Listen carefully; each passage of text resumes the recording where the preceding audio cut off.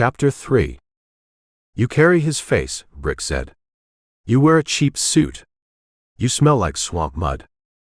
The giant stood in the doorway of the penthouse. He blocked the light. Muscle stacked upon thick muscle, layered under a tight black t-shirt.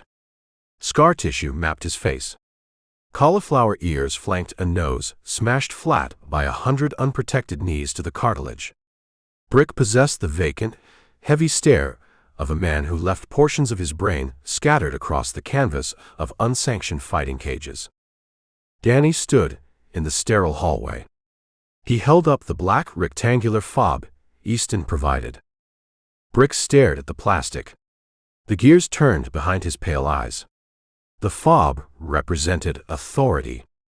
The fob demanded obedience. Brick stepped aside, leaving a gap just wide enough for Danny to pass. Danny stepped onto polished white marble. The Brickell high-rise condo existed as a suspended glass box, 50 floors above the street-level desperation of Miami. Up here, the air tasted filtered. The dirt remained on the pavement. Floor-to-ceiling windows offered a panoramic view of Biscayne Bay. The water reflected the neon grid of the city, a sprawling monument to offshore shell companies and leveraged debt. The living room resembled an art gallery waiting for an exhibit. White leather sofas formed a square around a glass table. Chrome fixtures gleamed. The central air conditioning blasted, keeping the temperature at a clinical 64 degrees. The boss said nothing about a twin, Brick said. His voice sounded like rocks grinding inside a cement mixer. The boss keeps secrets. Danny slipped the fob into the pocket of the black linen suit. The fabric clung to his damp skin. A woman walked into the living room from the kitchen. She held a smartphone mounted to a portable LED ring light. The harsh white glare illuminated her face, washing out any natural shadows. She wore a champagne-colored silk slip dress that clung to sharp hip bones. Copper hair tumbled over bare shoulders. She stopped. The phone dropped an inch. She stared at Danny. "Easton," she said. She tilted her head. She studied the ruined canvas shoes, the dirt under his fingernails, the hollowed-out cheeks. "No. You lack the tailored break in the trousers. Your posture screams public defender. Easton stands like he owns the floorboards. You stand like you expect someone to hit you." "A valid expectation in my recent zip code," Danny said. "Who is this?" she asked Brick. "He brought the master fob," Brick said. He folded his massive arms across his chest. "The boss sent him." "I am the mirror," Danny said. "Your name is Trish." Trish turned off the ring light. She set the phone on the glass table. She approached Danny, circling him, examining him like a used car with a rolled-back odometer. She smelled of artificial vanilla and expensive gin. "You look like a starved dog wearing a stolen suit," Trish said. "I need a shower. I need food. I need a razor. You need a complete overhaul." Trish stopped in front of him. Her eyes were green, hard, and calculating.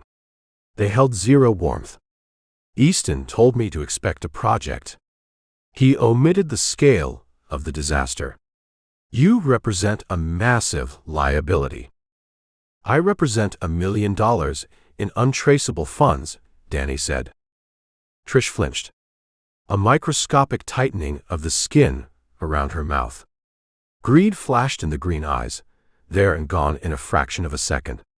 Danny caught it. Prison taught him to read the micro-expressions of predators. "Brick," Trish said, never taking her eyes off Danny. "Pour the guest a drink. Bring him the electric razor from the master bath. The straight razor requires too much trust."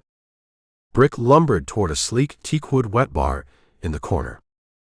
"I prefer to handle the razor myself," Danny said.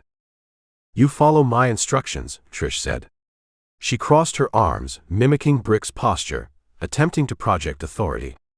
"Easton bought my expertise. Before I met Brick, I worked the camera. I built followings. I curated personas. I know how to construct a human being from scratch. Right now, you possess the raw material. I provide the polish." Danny stepped closer. He invaded her personal space. Trish held her ground, but her breathing shifted. "You built nothing," Danny said. His voice dropped to a flat, dead calm. "You grew up inland. Hi, Leah. Maybe Kendall. You spent a decade scrubbing the humidity out of your vowels. You bought the lips, you bought the cheekbones, you bought the curated aesthetic. You hustle on social media, pretending you belong in this glass box. You married the muscle to get close to the money." Trish turned pale. The champagne silk trembled over her chest. "Shut your mouth," she whispered.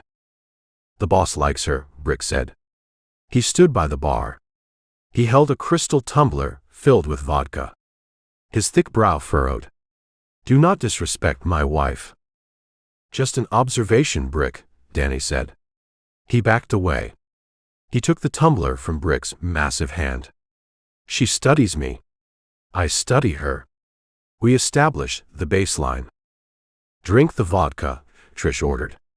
Her voice regained its manufactured edge. "Then strip. The guest suite sits down the hall.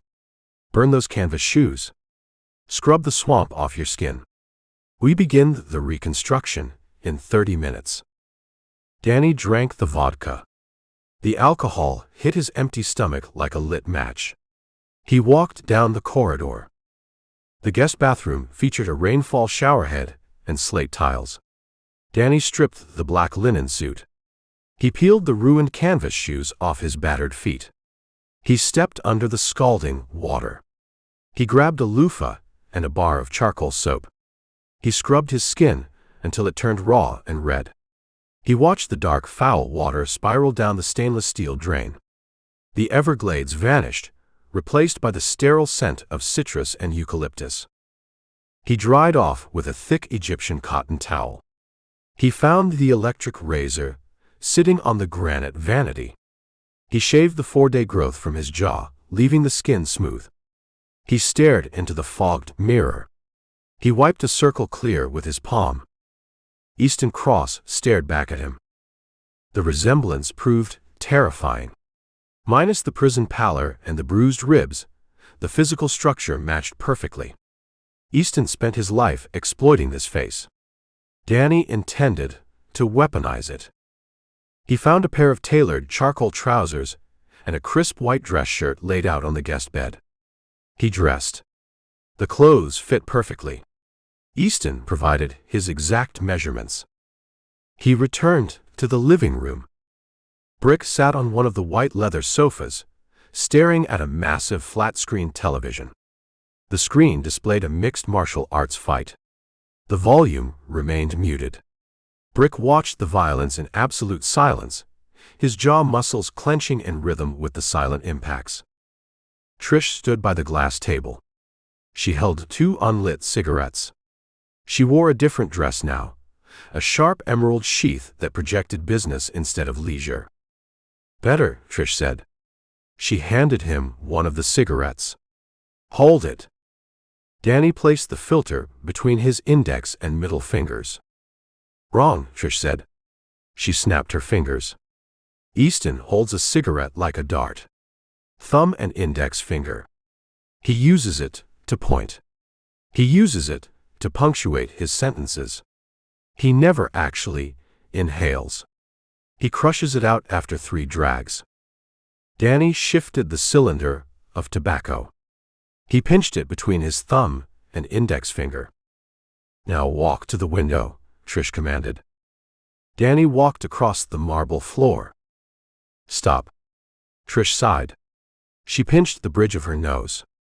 "You walk like a man navigating a crowded cafeteria line. You anticipate a knife in the ribs. Easton walks through a room like he holds the deed to the building. He glides.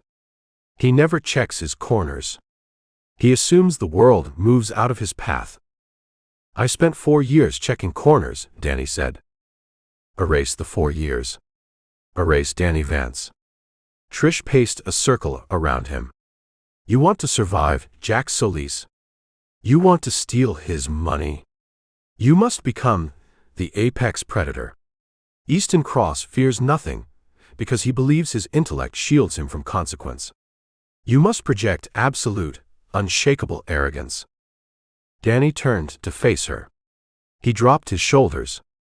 He relaxed his spine. He imagined the offshore accounts. He imagined the power to buy a judge, to buy a police chief, to buy a human life. He let the sociopathy seep into his posture. He looked at Trish. He stripped the emotion from his eyes. He flattened his gaze, reducing her to a series of physical dimensions and utility values. The 1,000-yard stare of a maximum security inmate merged with the dead-eyed calculation of a corporate raider. Trish stopped pacing. She shivered. She rubbed her bare arms. That, she whispered. Keep that. Do not blink. I need a drink, Danny said. He kept his voice level, devoid of request. A statement of fact. Brick, Trish called out. Pour Easton a scotch. Brick tore his eyes from the television screen. He looked at Danny.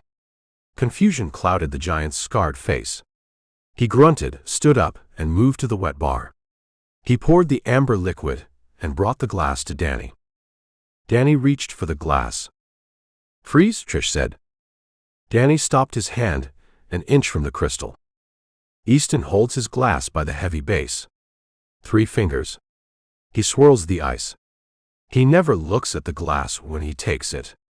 He looks at the person serving him. He treats them like a piece of furniture performing a function. Danny adjusted his grip.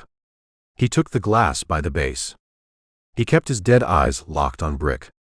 Brick shifted his weight from one massive foot to the other, uncomfortable under the stare. Brick retreated to the sofa. Excellent, Trish said. A hungry smile touched her lips. We refine the dialogue next. Easton speaks in short, declarative sentences. He never asks a question he does not already possess the answer to. He never apologizes. He never raises his voice. I understand the mechanics, Danny said. He swirled the ice in the glass. The clinking sound echoed in the vast, cold room. Mechanics keep you alive for 5 minutes. Nuance keeps you alive for the hour. Trish stepped close to him again. The scent of vanilla enveloped him. She lowered her voice. Easton trusts Brick with his life. Easton trusts me with his image. He trusts nobody with his money. Where does the cash go after you hit Jack Solis? The money goes to Easton, Danny said. A man walks into a cartel counting room. A man walks out with a duffel bag containing $250,000 in street cash. That man assumes massive risk. Trish traced the rim of Danny's glass with a manicured fingernail. Easton sits in a steakhouse eating Wagyu beef, holding a perfect alibi. You bleed. He profits. He wired the offshore account. Digital numbers on a screen. Trish leaned in. Her lips brushed his ear. Street cash spends anywhere. No ledgers. No blockchain tracking. Just paper. Danny took a sip of the scotch. He kept his face blank. He let her talk. He let her reveal the hustle. Bo warned him about the women in these circles. They operated as independent contractors, constantly assessing the stability of the host organism. Trish sensed a fracture in Easton's empire, and she prepared to jump ship with the lifeboats loaded. You suggest a diversion of funds, Danny said. I suggest a realignment of equity, Trish whispered. Brick protects me. Brick handles the physical obstacles. But Brick lacks the intellectual capacity to plan an exit strategy. You possess the brain. You possess the face. We take the bag from Solis. We bypass Easton. We vanish. You sell your husband to the highest bidder. Trish pulled back. The green eyes hardened into jade stones. I secure my future. Easton views me as an accessory. Brick views me as a goddess. Both viewpoints trap me in a cage. I prefer open doors. Brick hears you, Danny said, nodding toward the sofa. Brick hears the television. Brick hears the fighting. He focuses on the blood. Trish glanced at the giant. He follows my instructions. He worships the ground I walk on. A dangerous foundation for an empire, Danny said.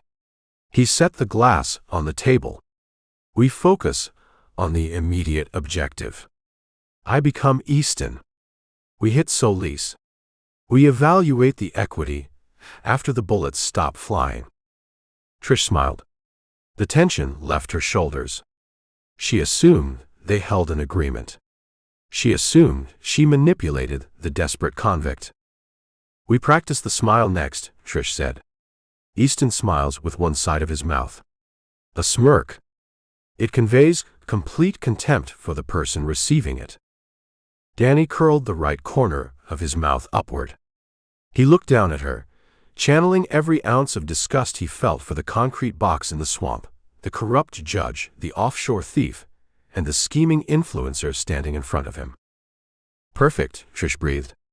You look exactly like the devil.